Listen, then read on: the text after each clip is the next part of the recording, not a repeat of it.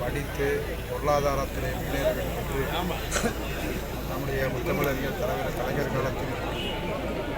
மூக்கியா தேவர்கள் முயற்சியால் உசிலம்பட்டி, சங்கரங்கோயில், மேலணி, நல்லூர், கமுதியிலே 3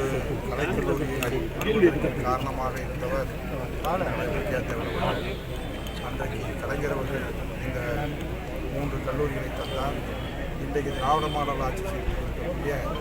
நம்முடைய தமிழக முதல்வர் அவர்கள் இன்றைய குறிப்பிட்ட மூக்கியா தேவர்களுக்கு மணிமண்டபத்திற்கு கட்டி அதை துணிக்க இருக்கக்கூடிய அந்த மண்டபம் இந்த பகுதியில் இருக்கக்கூடிய ஏழைகளை மக்கள் பயன்படுத்திக் கொள்வதற்காக நிதியை வாங்கி அந்த நிதியை தந்து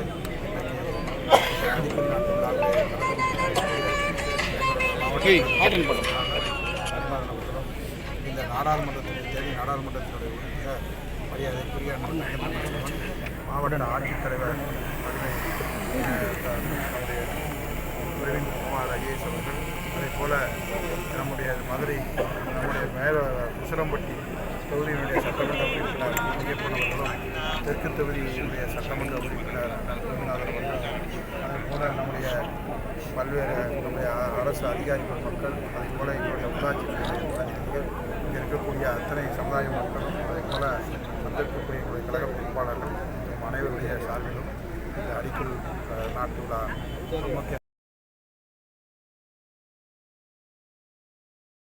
குடும்பத்தினர் அனைவருக்குமான கலர்ஃபுல் ஆடைகளை கம்மி விலையில் பெஸ்ட் குவாலிட்டியா வாங்கிட லதா சில்க்ஸ் அண்ட் ரெடிமேட்ஸ்.